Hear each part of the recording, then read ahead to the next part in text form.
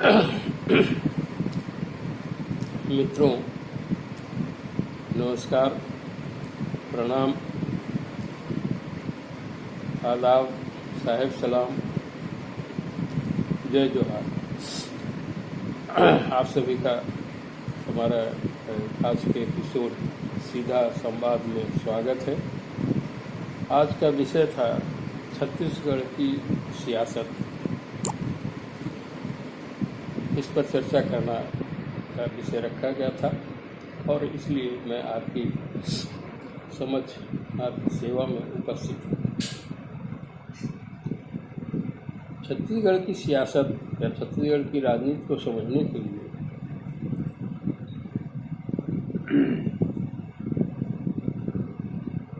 यूँ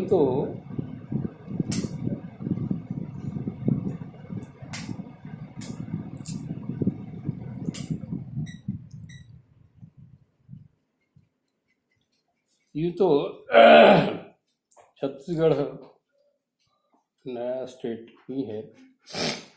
इसको बने हुए 20 साल हुए हैं और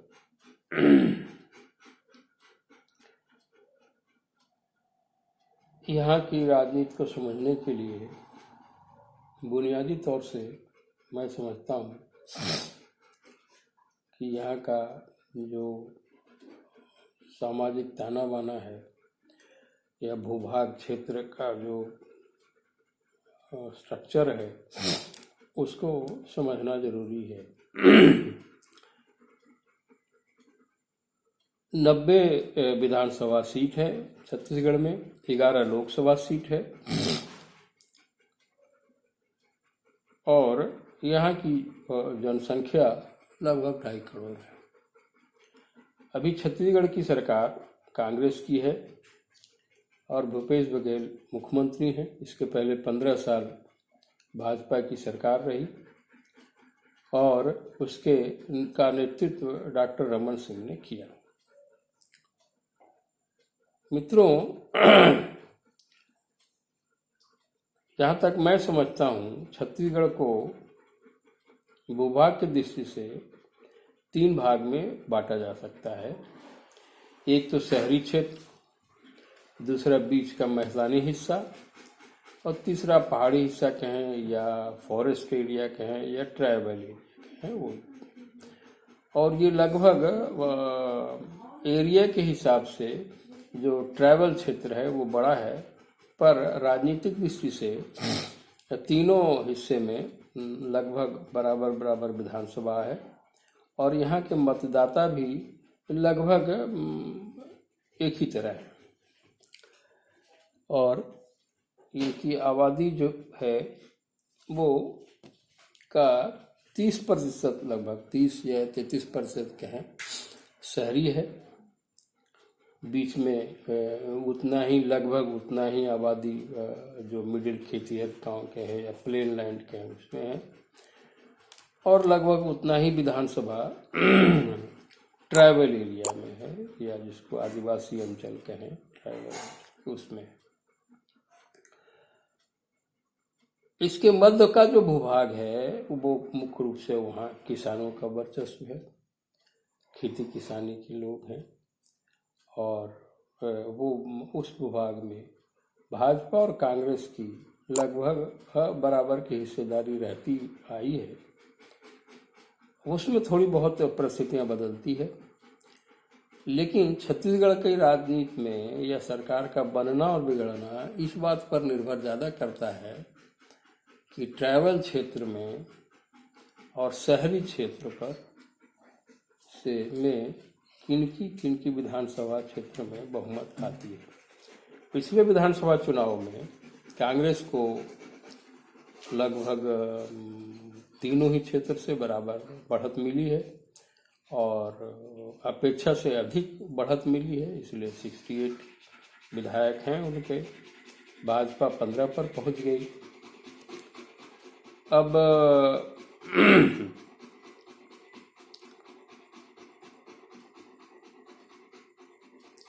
बदली हुई हालात में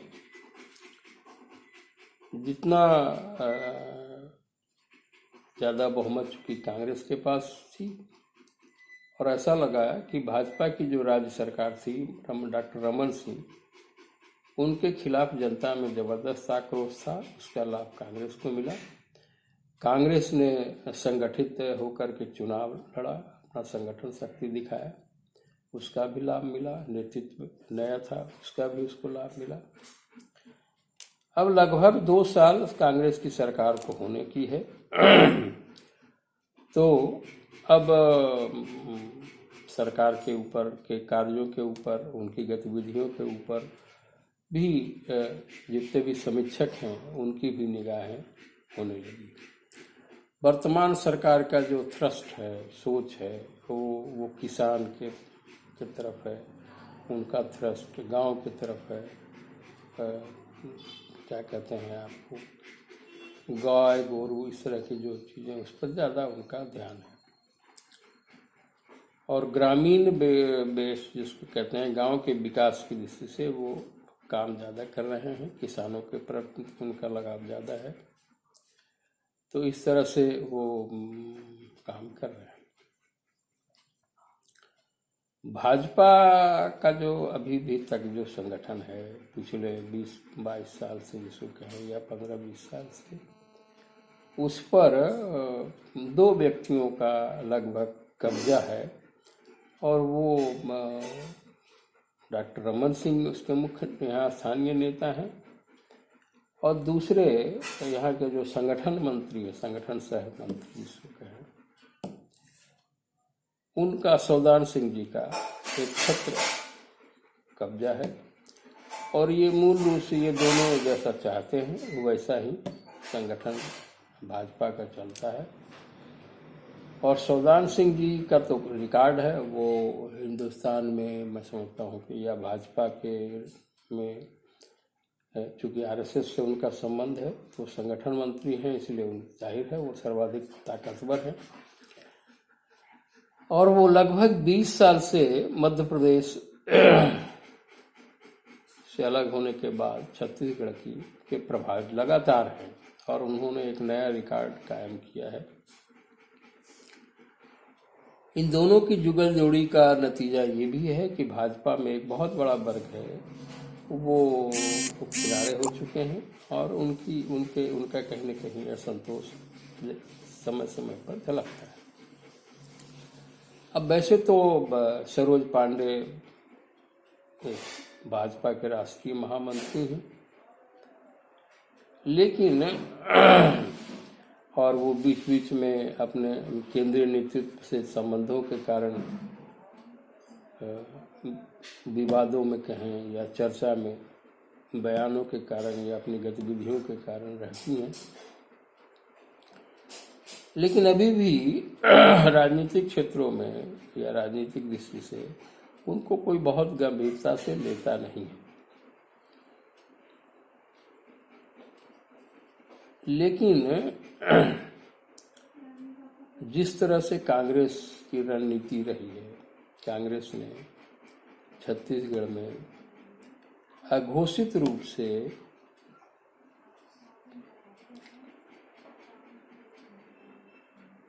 एक तरह का मुहिम चलाया है,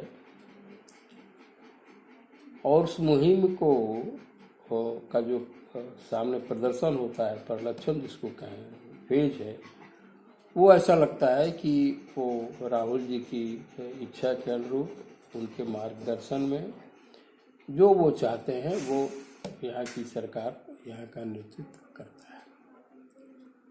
चुनाव के समय कांग्रेस के प्रमुख नेता में मुख्यमंत्री भूपेश बघेल, उस वक्त प्रदेश कांग्रेस कमेटी के अध्यक्ष थे, अभी वर्तमान में विधानसभा अध्यक्ष हैं डॉक्टर चरणदास महंत जी। नेता प्रतिपक्ष थे उस वक्त टी.एस. सिंहदेव जी। ये इन लोगों की भूमिका महत्वपूर्ण थी, और संगठित प्रयास के कारण छत्तीसगढ़ में कम से कम कांग्रेस एक संगठित संगठन के रूप में कार्य कर रही है।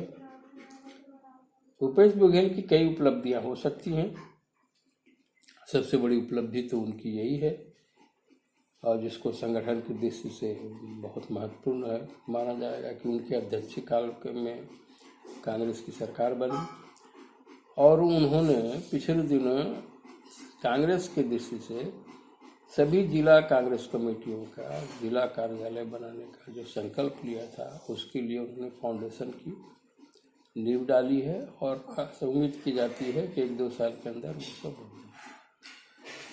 कुल मिलाकर के अभी तक मुख्यमंत्री की छवि रचनात्मक रही है,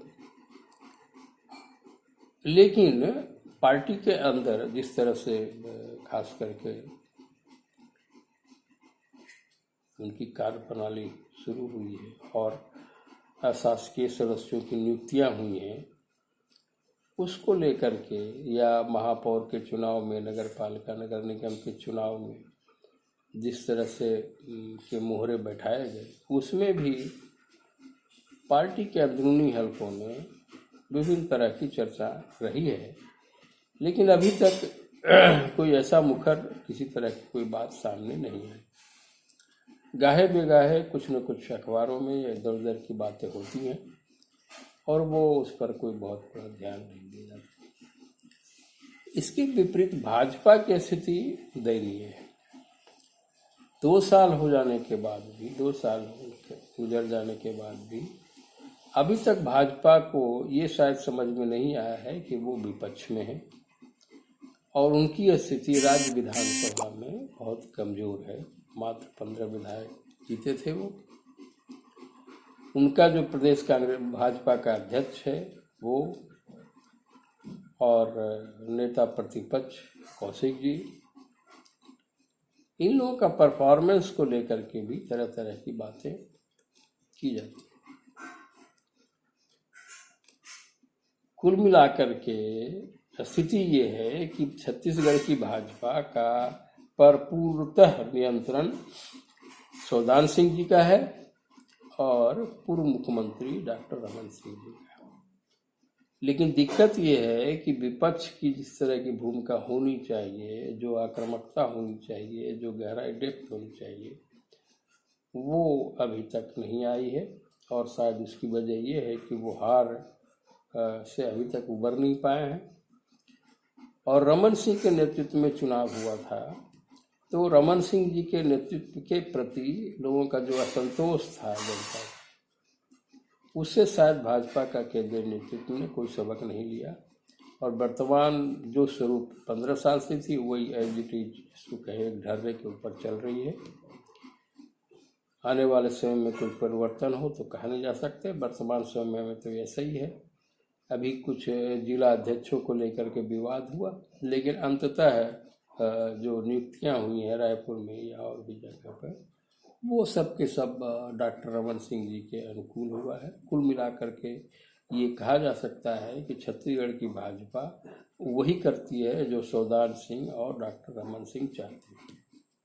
हालांकि डॉक्टर रमन सिंह को लेकर के छत्तीसगढ़ में एक बहुत बड़ा विवाद है, और उसको उन्हें प्रतापगढ़िया जैसे शब्दों को सामना करना पड़ता है। उनके निजी परिवार पर भी कई तरह के भ्रष्टाचार के आरोप हैं। अब वो आरोप कितना सही निकलते हैं, गलत होता है, ये तो जांच में जब फाइंडिंग्स आएंगी तब सामने आएगा। लेकिन ये है कुल मिला के भाजपा अभी भी कोई संगठित ढंग से या कोई काम नहीं कर रही है, और एक विपक्ष से की जो अपेक्षा थी उस पर वो खरी नहीं। संभवतः वो अभी भी हार की जो से उबर नहीं पाए। कांग्रेस में प्रभारी महामंत्री पीएल पुनिया जी हैं, और पीएल पुनिया जी के मार्गदर्शन में, संरक्षण में या उनकी इच्छा अनुसार टिकट भी बटे, प्रदेश कांग्रेस कमेटी का गठन भी हुआ, और अभी निगमों में या नगर निगम के चुनाव में टिकट भी बांटे गए। अभी वो अशासकीय सदस्यों की जो नियुक्तियां हुई उनकी भी उसमें उन्हीं की चली, उन्हीं की देखरेख में सब हुई। तो इसको लेकर के कुछ न कुछ सुराहट तो है।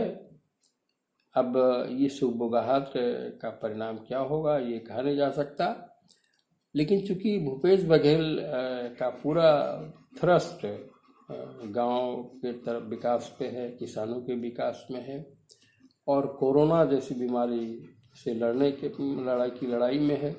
हालांकि ये माना जाता था कि छत्तीसगढ़ में कोरोना का प्रभाव बहुत कम होगा, लेकिन जिस हिसाब से तेजी से बढ़ रहा है वो बहुत खतरनाक स्थिति है। घटने का कोई कंट्रोल नहीं हो रहा है। हाँ, ये हो सकता है रेट ऑफ डेथ कम हुआ हो या ठीक होने की जो रेट है वो ज़्यादा हुआ है, लेकिन ये ज़्यादा मटेरियल नहीं है। मटेरियल ये है कि कोरोना का यहाँ फैलाव दिन दिन बढ़ता चला जा रहा है और यहाँ की जनता में अंदर से भय व्याप्त है, वो कंट्रोल नहीं कर पा रहे हैं।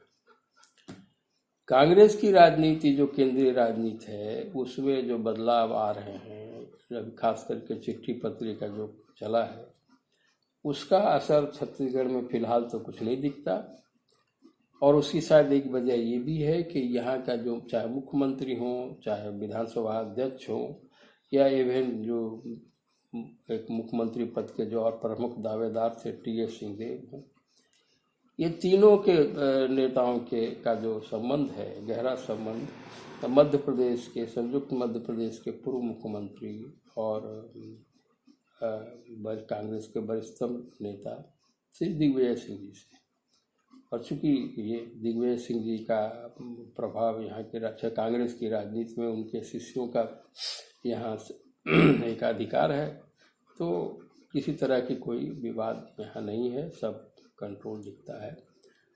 और ऐसा लगता है कि कांग्रेस एक संगठित ताकत, जिस तरह जब चुनाव के समय जैसा एकत्र होकर एकजुट होकर के चुनाव प्रचार में लगे थे, वैसी भी एकजुटता दिखती है।